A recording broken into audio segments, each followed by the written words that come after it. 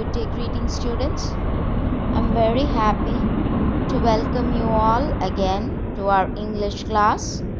I hope you all are keeping well. Stay safe, children. Stay home and stay safe.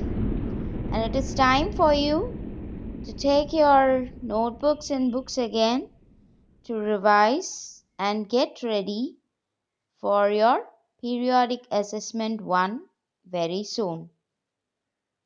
So, what is today? July 15th. And what is July 15th known for? It is observed as the World Youth Skills Day. So, what does that mean, children? Apart from academics and the knowledge you gain, there are other skills that one has to practice. So, in this image, you can see that it can be like reading about maps or painting, sewing, stitching, then learning to ride a bike or a bicycle, learning to repair them yourself, and all such skills that we can learn by ourselves or with the help of an elder. So we'll have swimming, climbing, hiking, and all these things. July 15th is observed as World Youth Skills Day, children. And skills are essential. Knowledge is what we gather from our books and academic knowledge that we get. Skills are things which we gather from our experiences. We need to practice, right? To obtain some skills, we need to practice. So it is high time that you build your own skills too. These skills will definitely make you unique. Let's move on to today's session, shall we? Today, we are going to get into revision. So, I have divided this revision into two parts, revision part 1 and part 2. And in this session, you are going to look into revision part 1. So, for your periodic assessment, I have given two proses, one poem, and parts of speech for grammar. Finally, I have given you some writing skills, hints development. So, this revision session is divided into two. One for your reading and writing skills, which you would have practiced in 5th standard, or some parts of it might be new. In this session, we will be looking into those reading and writing skills and make sure they are very well taught to you and you can understand them clearly so that you can perform your periodic assessment 1 with confidence. So, let us go into this revision part 1's video, children. As I said, this session we'll be discussing about the reading and writing skills. For any language, four skills are important, children. L, S, R, and W. Listening, speaking, reading, and writing skills. So, reading skills is not just about reading something plainly. Reading skills, when learnt and improved properly, will help you to add new words to your vocabulary. It will definitely help you in your writing skills as well as in your speaking skills. So, reading skills will definitely help you to improve your language. Similarly, when we talk about writing skills, yes, we have loads to write. Take, for instance, a letter, a report, notice, story. There are so many things that we can write, and this writing skills, when improved properly, when learned and practiced properly, will definitely take you places. You could have seen the novelists, people who write short stories are going to big heights, aren't they? So, if you, my children, can develop your writing skills appropriately, then definitely you too will go to such different places. And this session will introduce you to your reading and writing skills if you are not aware of them already. Yes, children, I fully intend to take you to a journey through improving your reading and writing skills in the coming years. But first step, we will just understand what do we mean by reading comprehension, and we will practice about writing a story from the given hints. So this session is completely dedicated to your reading and writing skills. I want you to pay close attention, take important notes, and make sure you practice the exercises that I am about to give you. First, let us talk about reading comprehension. What do we mean by the word comprehension, children? The word comprehension means understanding. Comprehension is a noun which means understanding, whereas comprehend is the verb which means to understand. Comprehend means understand. So, reading comprehension, what are you going to do? There will be a passage or a poem which you have to read and understand. What you are going to do? You are going to understand the passage or the poem. Then there will be some questions that would follow the passage or poem, which you will have to answer from your understanding of the passage or the poem. So, what do we do with the reading comprehension, children? We read a passage or a poem and we answer the questions that follow the passage or the poem. How do we develop your reading skills, or how do we comprehend the meaning from it? Here, there are some tips that you can utilize when you are practicing reading skills. Reread the text. First, what do you do? Once if you read the text, that is whether it is a passage or a poem, it's not enough, children. Reread the text. Do it again. Read the passage or the poem again. You can get more information and more understanding. As much as information you can draw from the passage or the poem, you will understand it better. Okay? Then what you are going to do? Activate prior knowledge. Prior means previous. So whatever knowledge you have related to the particular topic. Alright? What do I already know about this? What do we do? First, we reread a text until we understand it. Then, we activate our prior knowledge. What do we already know about this particular topic? Not the passage, children, about the particular topic you are reading.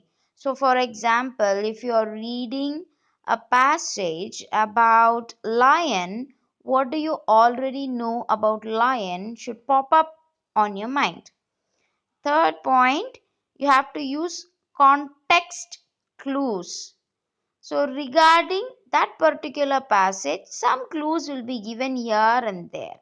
You have to use those clues connected with your prior knowledge for what? For understanding the passage. Then you have to infer meaning, that is, read between the lines. Read between the lines means what? Something that is secret. Actually, reading between the lines is a phrase that means having something secret. Okay, reading between the lines. Understanding something that is unsaid is actually refer to as reading between the lines. So we have to infer meaning. It is not informed there, it is not given clearly there, but still you try to understand it means reading between the lines. What do we do next? We think aloud, we talk ourselves through it. So when you understand a passage, you will think aloud. You will ask yourself some simple questions and answer them yourselves, so that you test yourself on the understanding of the passage. Then finally, you summarize the context, summarize the passage given. Whatever you have understood, you will summarize it in your own words. That is how you improve your reading skills. Got it, children? Now, for practice, I have a passage and some questions to follow. Shall we try it, children? Toby is a puppy. He is Mr. Roger's pet. When Mr. Roger goes to work, Toby feels lonely at home. That is why Mr. Rogers takes his dog to a pet kindergarten every time he leaves the house for a long time. There are many kinds of dogs in the kindergarten for pets, large and small, fat and thin, long haired and short haired ones. So, now what are we going to do? You're going to reread the text. Toby is a puppy. He is Mr. Roger's pet. When Mr. Roger goes to work, Toby feels lonely at home. That is why Mr. Rogers takes his dog to a pet kindergarten every time he leaves the house for a long time. There are many kinds of dogs in the kindergarten for pets, large and small, fat and thin, long haired and short haired ones.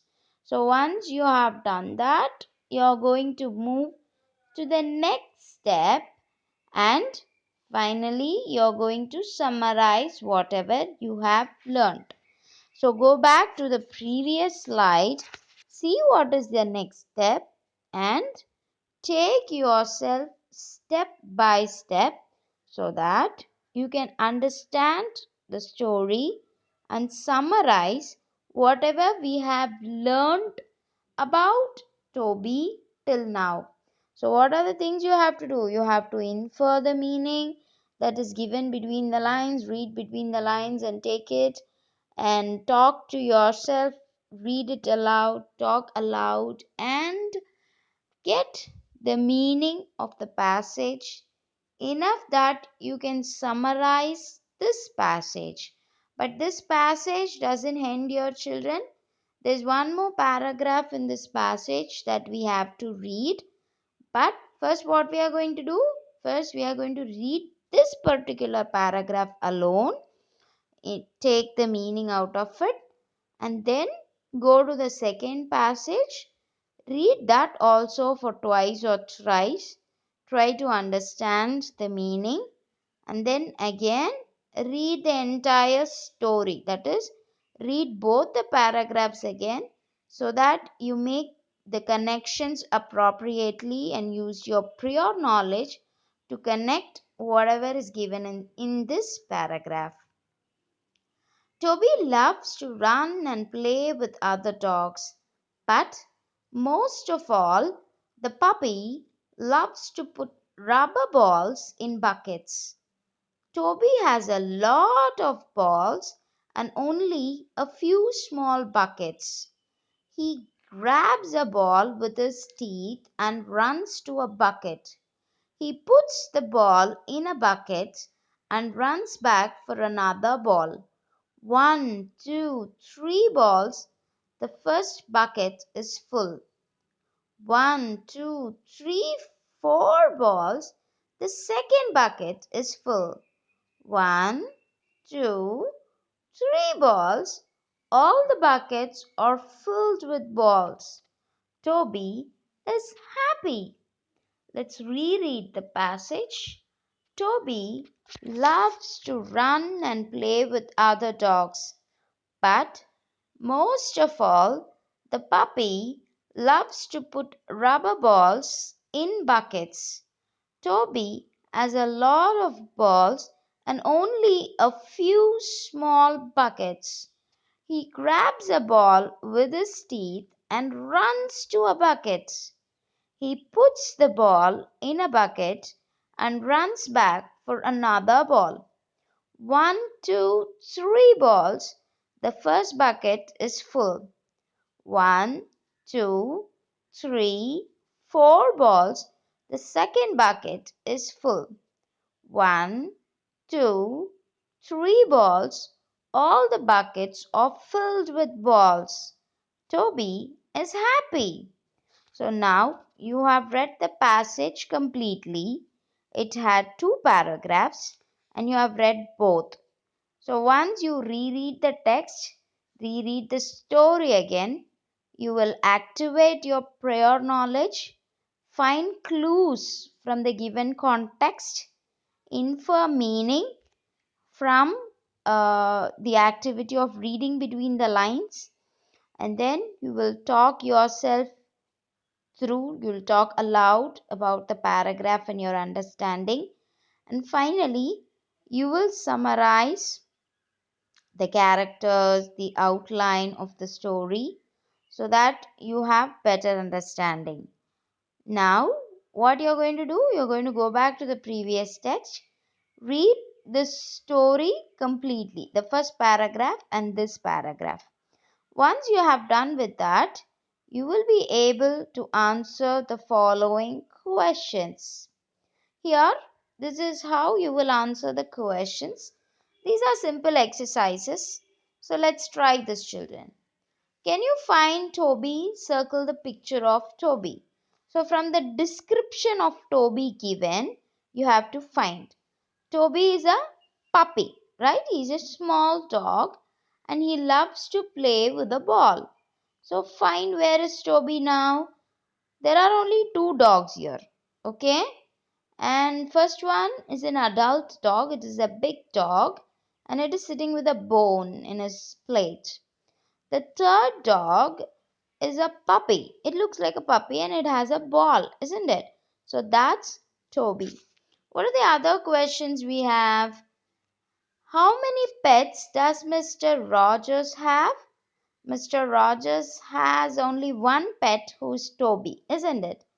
How many buckets does Toby have to play with in the pet kindergarten?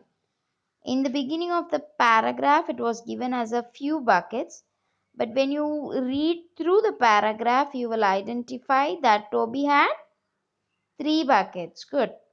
How many balls did Toby put in the first bucket? You can count it yourself, right? One, two, three balls in the first bucket. How many balls did Toby put in the second bucket? One, two, three, four balls in the second bucket. And how many balls did Toby put in the third bucket? He put one, two, three balls in the third bucket. How many balls did the puppy put in all the buckets? So you're just going to add it. 3 plus 4 plus 3. So Toby put 10 balls in all the buckets. So that was a very simple exercise, isn't it, children? That is how you do a passage reading and answer the questions that follow.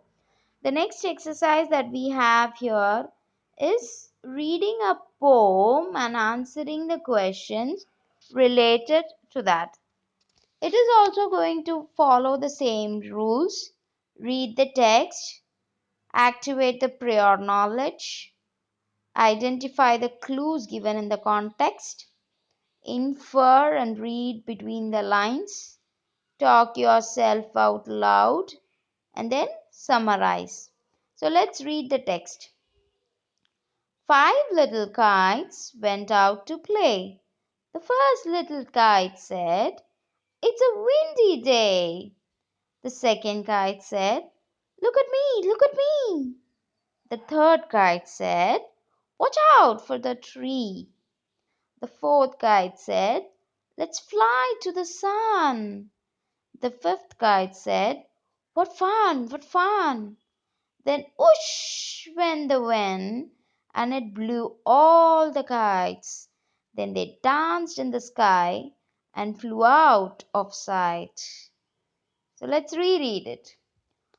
And do it with the intonation, children. Then only it will be nice to read a poem. Five little kites went out to play. The first kite said, "It's a windy day." The second kite said, "Look at me, look at me." The third kite said, "Watch out for that tree." The fourth kite said, "Let's fly to the sun." The fifth kite said, "What fun, what fun." Then whoosh went the wind and it blew all the kites. Then they danced in the sky and flew out of sight.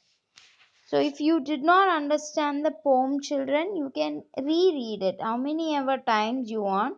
You can reread the poem, stay in the same slide and read the poem and get yourself ready for answering the following questions. Let's try this. What kind of day is mentioned in the poem? It was a windy day, isn't it? It is mentioned in the first line. Children, I want you to come here only after you have understood the poem completely. If not, pause your video, go back to the poem, reread the poem, make your understanding clear, and then come back here to answer the questions. And the second question, what was the third kite asking the others to look out for? He was asking them to look out for a tree. Very good. The third question, which word tells us that the kites were enjoying themselves? Fun, isn't it? The word fun tells that they were enjoying themselves. Where did the fourth kite want to go? He wanted to fly to the sun, isn't it, children? Yes, he wanted to fly to the sun. What did the kites do before they disappeared? What did they do? They danced before they disappeared. Wow, it was another easy exercise, wasn't it, children? I hope you all are clear with reading comprehension. And now it is time for us to move to the writing skills. As I've told you already, there are variety of things where you need your writing skills. Starting from a simple leave letter to big things like notice writing or article writing, which you will learn in your future years. So, this year we'll be starting with simple writing skills like letter writing and story writing. So, in this session, we are going to practice with story writing and that too, especially through hints development. So, you're going to have some hints that will turn out into a story. What you have to do, you have to develop those hints into a story. What do we mean by hints, children? Simple words, okay, unconnected words that you have to find the way of connection, put them along into sentences. You know the conditions of making sentences, isn't it, children? So you have to make sentences out of these hints to make a story. What are the important points to remember? What are the important points, children? There are some basic rules to be followed while developing hints. And what are they? First, you have to read all the hints thoroughly. Try to understand the tone of the passage. Make sure to use all the hints. Do not leave any point.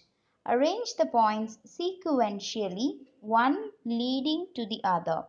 Make 2 or 3 paragraphs as required.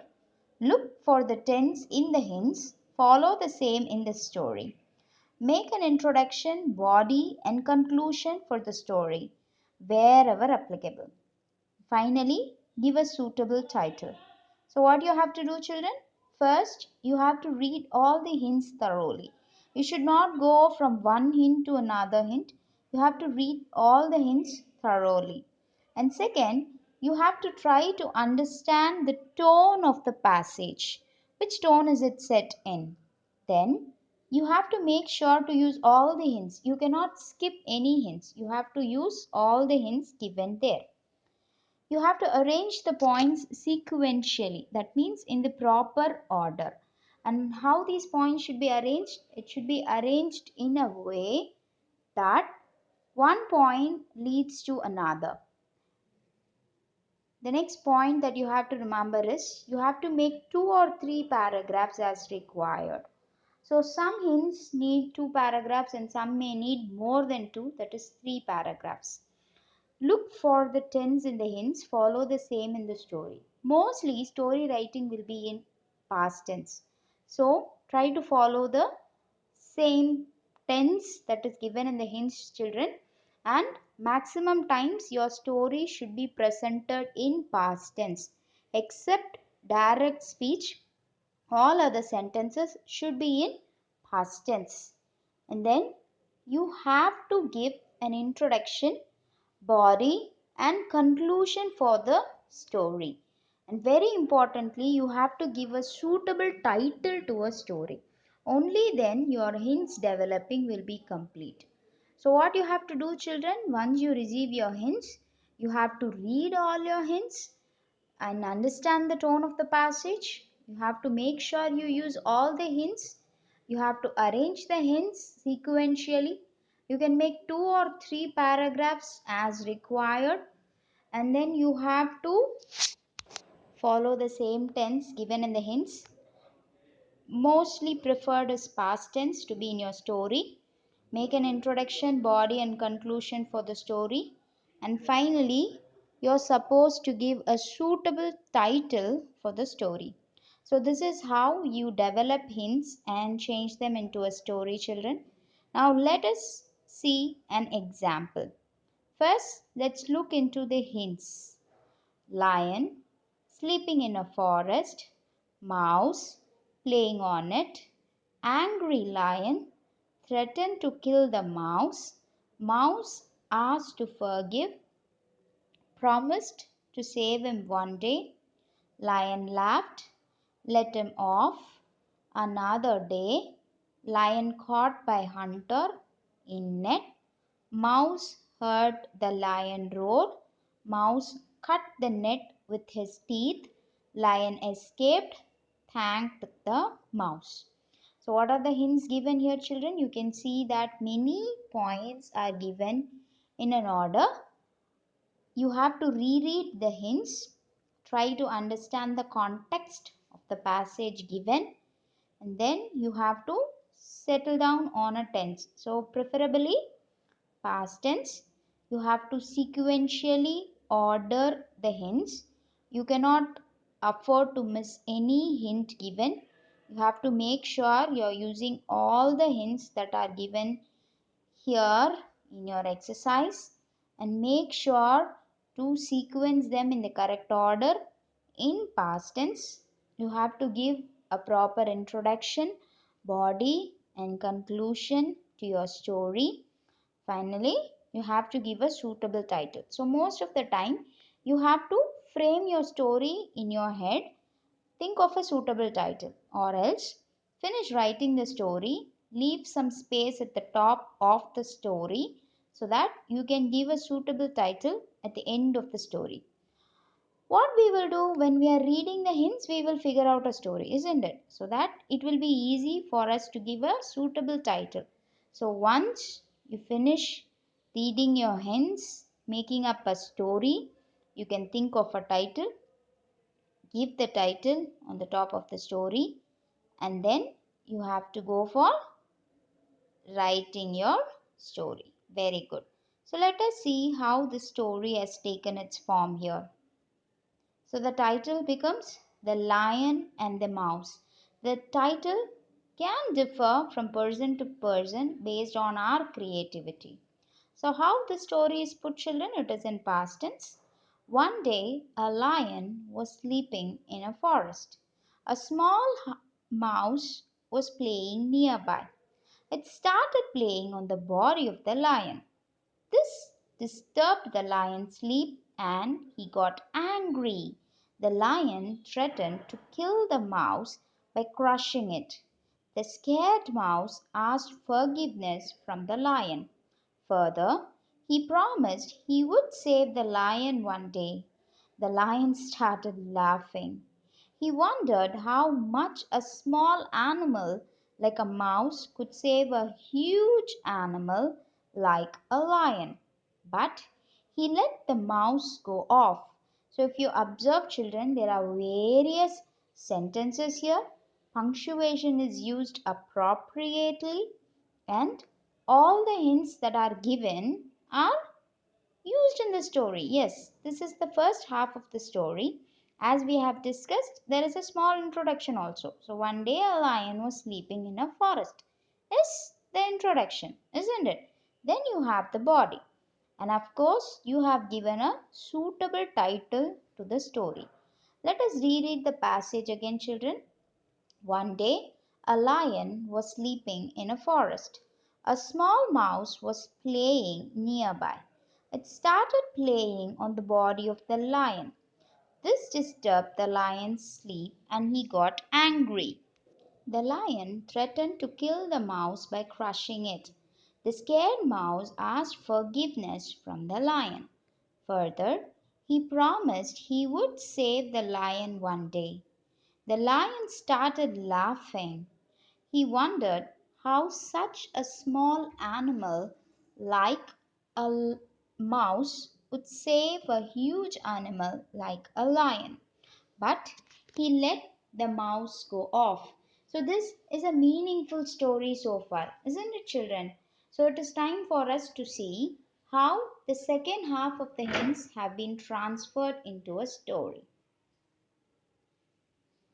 Some days later, the lion was caught in a hunter's net.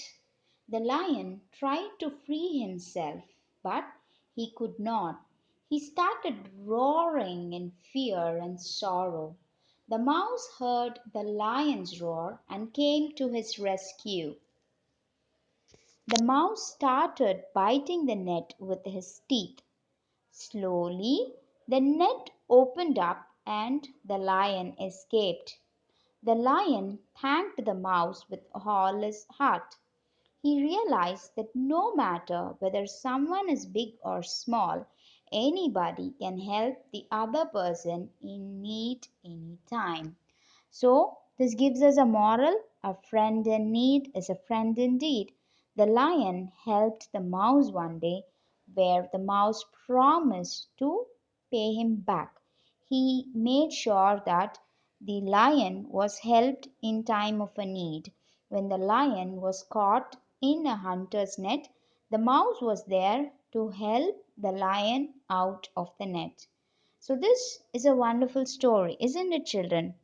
I want you to play the video again so that you can see the hints and learn how the hints have been converted into a story. You can see that all the points that was discussed earlier regarding hints development have been followed in this exercise. A worksheet will be given for you for this session, children, where you will have a reading comprehension and a hints development. I hope you understood hints development properly. So, here in the second paragraph, also, you can see that the punctuation is used properly and there are many sentences. No hints are missed out. All the points are taken into account and they are sequentially ordered. And here we have a meaningful paragraph, actually a meaningful story which contains of two paragraphs. As discussed earlier, hints can be developed into a story of two or three paragraphs based on the story that you're going to make out from the hints. And which is the tense that is followed here, children? You're right. The past tense is used in the given hints. So here we have made a story of two paragraphs with the given hints. I hope you have understood about hints development, children. And in this session, I would like to recall that we have discussed about reading and writing skills. Especially, we have discussed about reading comprehension. In that, we did passage reading and answering the questions, followed by poem comprehension. We learned how to read a poem, infer the meaning, and answer the related questions. And then we moved on to learn about hints development. We saw how hints would be developed into a story. We discussed what are the important points to remember when we are doing hints development. So I hope you all are clear with these two topics that we have dealt today in this video class, children.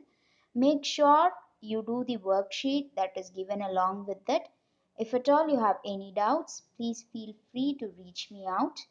Thank you and may you all have a brilliant day today.